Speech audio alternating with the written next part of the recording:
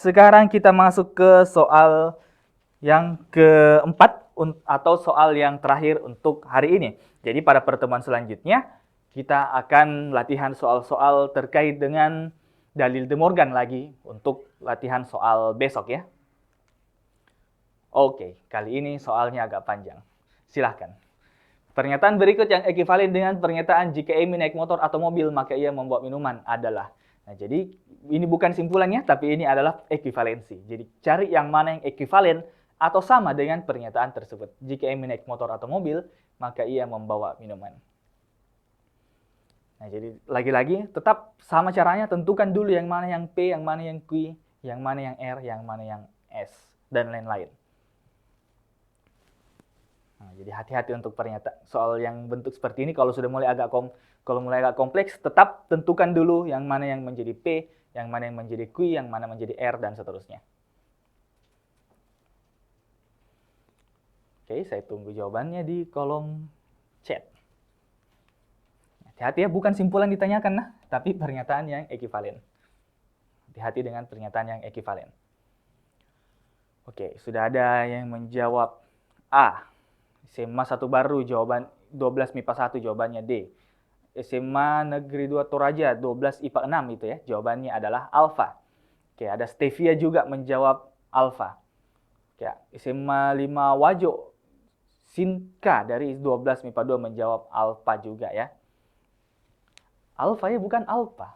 Kalau kalian mau pakai huruf P, maka tambahkan H, jadi alfa begitu. Karena beda artinya alfa dengan alfa ya. SMA 7 Pindrang juga menjawab A. Ada yang menjawab E. Ada yang menjawab E tadi, ada juga yang menjawab D atas ada SMA 11 Bone ya, Arbian kok. Kalau saya tidak salah lihat menjawab juga Delta. Oke, ada beberapa jawaban lagi. Ada yang menjawab E, ada yang menjawab D dan sebagainya. Nah, hati-hati, pernyataan ini yang ditanyakan adalah pernyataan yang ekivalen. Kalau kita mengerjakan pernyataan yang ekivalen, maka yang kita kerjakan adalah bentuk ekivalensi dari pernyataan implikasi. Nah, jadi ekivalensi dari implikasi itu kita bisa tulis negasi P atau Q. Cuman karena di bawah sini semuanya bentuk pernyataan implikasi, semua A, B, C, D dengan E adalah pernyataan implikasi, maka kita cari yang mana pernyataan implikasi yang ekivalen dengan pernyataan implikasi juga, yaitu kontraposisinya ya, atau negasi Q, implikasi negasi P.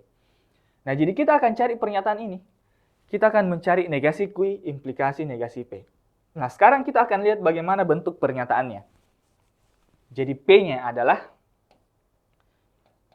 saya tulis di bawah sini saja, P-nya adalah Amy naik motor, Q-nya adalah naik mobil,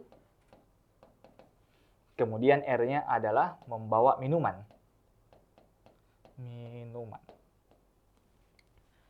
Nah, berarti bentuk pernyataannya adalah naik motor atau mobil, berarti negasi P atau P atau Q, implikasi R.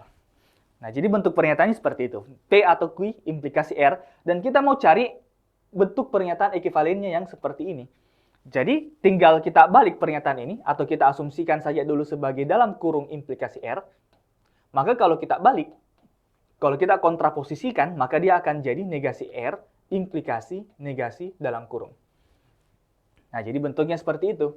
Atau kalau kita jabarkan ini, dia akan menjadi negasi R, implikasi, negasi dari P atau Q.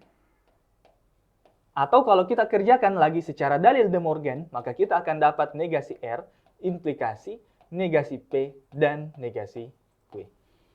Nah, jadi negasi R-nya adalah, R-nya tadi membawa minuman, berarti negasi R-nya. Apabila Amy tidak membawa minuman, jadi tidak membawa minuman, maka negasi P itu adalah tidak naik motor dan, pakai dan di sini, dan tidak naik mobil. Nah, jadi jawabannya adalah error ya.